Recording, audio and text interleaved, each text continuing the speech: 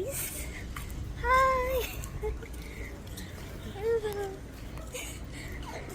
നമ്മൾ ചടപടിയെന്ന് ബാംഗ്ലൂരിൽ നിന്ന് ബസ് കയറി വീട്ടിൽ പോന്ന വീട്ടിൽ കള്ളം കയറി. അപ്പം നമ്മൾക്ക് പോകാം അല്ലേ ജന്നി?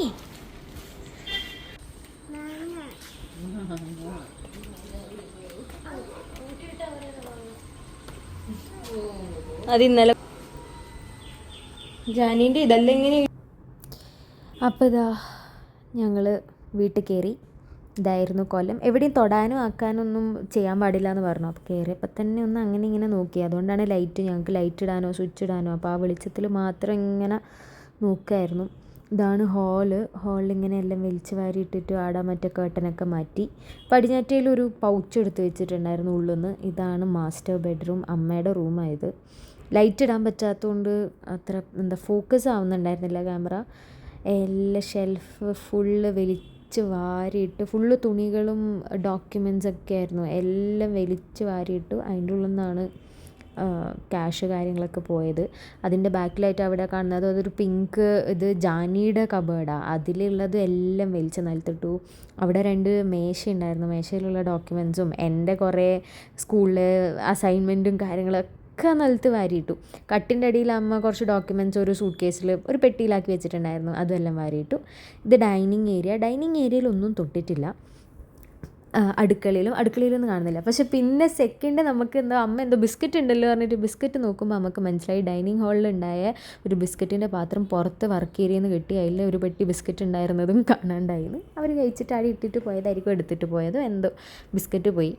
മേലെയാണ് പിന്നെ ഉള്ളത്. മേലെ 3 ബെഡ്റൂമാണ്. അപ്പം മേലേക്ക് നോക്കുമ്പോൾ മേലെയാണ് ഏട്ടന്മാരെ 2 ബെഡ്റൂമും എൻ്റെ ഒരു റൂമ് കാര്യങ്ങളൊക്കെ. മേലത്തെ ഹാളിൽ ഇങ്ങനെയാണ്. അപ്പോൾ ഹാളിലും ഒന്നും കാര്യമായിട്ട് അവരൊന്നും വലിയ ബുദ്ധിമുട്ടൊന്നും ചെയ്തില്ല. അത് കഴിഞ്ഞിട്ട് ഈ റൂമിൽ എല്ലാം വീണ്ടും ഷെൽഫൊക്കെ തുറന്ന്, ഇതിൻ്റെ ഉള്ളിൽ 2 ഷെൽഫുണ്ട്. ഈ ഷെൽഫിലൊന്നും കുപ്പായൊന്നും ഉണ്ടായിരുന്നില്ല. പക്ഷെ ഉള്ളതൊക്കെ നിലത്തിട്ടു. കുറേ കിടക്കമ്പിലേക്ക് വലിച്ചു വാരിയിട്ട്. ഇപ്പുറത്തെ ഷെൽഫ് അതൊക്കെയാണ്. ഇപ്പം നിലത്ത് എന്തൊക്കെയോ ഇങ്ങനെ സാരി ഇപ്പോൾ ഫുള്ള് മാറ്റി ചിള്ളി നോക്കിയിട്ടുണ്ട് ഷെൽഫ് 2. താഴെ ഇപ്പോൾ ഏട്ടൻ്റെ കല്യാണം കഴിഞ്ഞുകൊണ്ട് കല്യാണത്തിനിട്ട സാരിയൊക്കെ ഉണ്ടായിരുന്നു. അതൊക്കെ എടുത്ത് പുറത്തിട്ടു.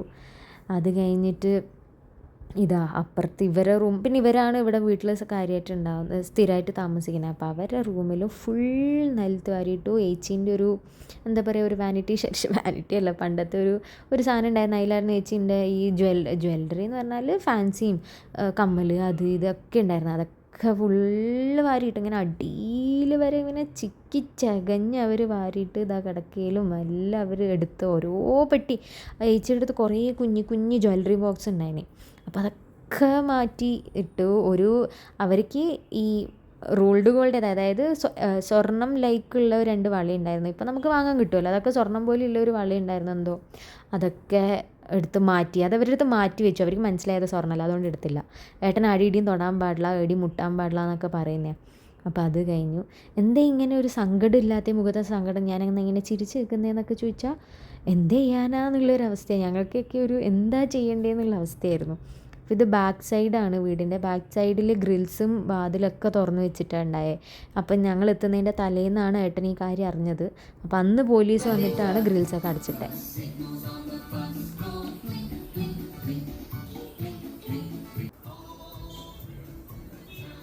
നമ്മളിപ്പോൾ എവിടെയാണെന്നറിയോ?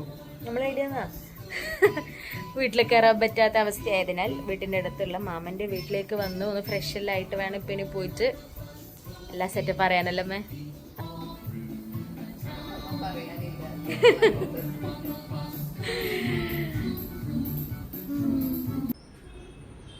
എല്ലാവരും നല്ല ടെൻഷനിലും സങ്കടത്തിലും ഇനി എന്താ ചെയ്യണ്ടേ, ഡോറ് പോയി, ലോക്ക് പോയി, എന്താ ഇനി ചെയ്യണ്ടേ, പ്രാന്ത് ആ സീനാണ്.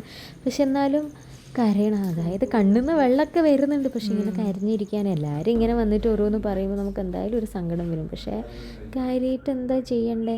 അതിനുശേഷം പോലീസൊക്കെ ഒന്ന് വന്ന് നോക്കിപ്പോയി ഉച്ചയ്ക്ക് മുന്നേ. എന്നിട്ട് ഞങ്ങൾ അപ്പുറത്തിപ്പുറത്തുള്ള CCTV ഒക്കെ അപ്പുറത്ത് വീട്ടിലിരുന്നിട്ട് ചെക്ക് ചെയ്യായിരുന്നു. ഞങ്ങൾ ഓരോ CCTVയിൽ വെറുതെ കറക്റ്റ് ചെയ്യുമായിരുന്നു. അതിന് ഉച്ചയ്ക്ക് ശേഷമാണ് ഫിംഗർ പ്രിൻ്റ് ബ്യൂറോവും പിന്നെ നമ്മുടെ ബൗബവും വന്നത്. ബൗബോ വരും ഇപ്പോൾ. ബൗബവും വന്നു. അപ്പോൾ അവരൊക്കെ നോക്കിയത് ഉച്ചയ്ക്ക് ശേഷമായിരുന്നു. അപ്പോൾ ഞങ്ങളിങ്ങനെ നിൽക്കുക, ഞങ്ങൾക്കൊക്കെ നല്ല ടെൻഷനും പോയതിൽ സങ്കടവും, വീട്ടിലൊരാളിങ്ങനെ കയറി മേഞ്ഞു പോയി എന്താ ചെയ്യേണ്ടതെന്നൊക്കെ ഉള്ളതുണ്ട്. പക്ഷേ എന്ത് ചെയ്യാനാ, അതിൽ ആക്സെപ്റ്റ് ദ റിയാലിറ്റി അങ്ങനെയൊന്നുമല്ല. പക്ഷേ സമ്മതമുണ്ട്. പക്ഷേ ആ ഒരു രീതിക്ക് അങ്ങ് നിന്നു. അതിനുശേഷം അവരൊക്കെ പോയതിന് ശേഷം ഞങ്ങൾക്ക് പോലീസ് സ്റ്റേഷനിൽ പോയിട്ടൊന്ന് സൈനൊക്കെ ചെയ്യണമായിരുന്നു.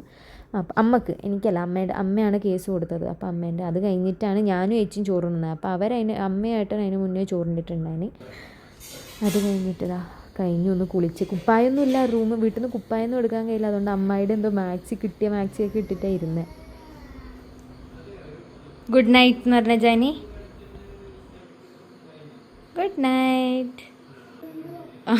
കുംഭം tata tata bye bye.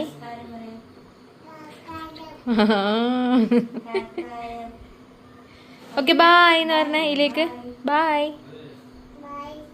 Okay bye. കൈനെ കൊണ്ട് പറ ടാറ്റ, കൈനെ കൊണ്ട്.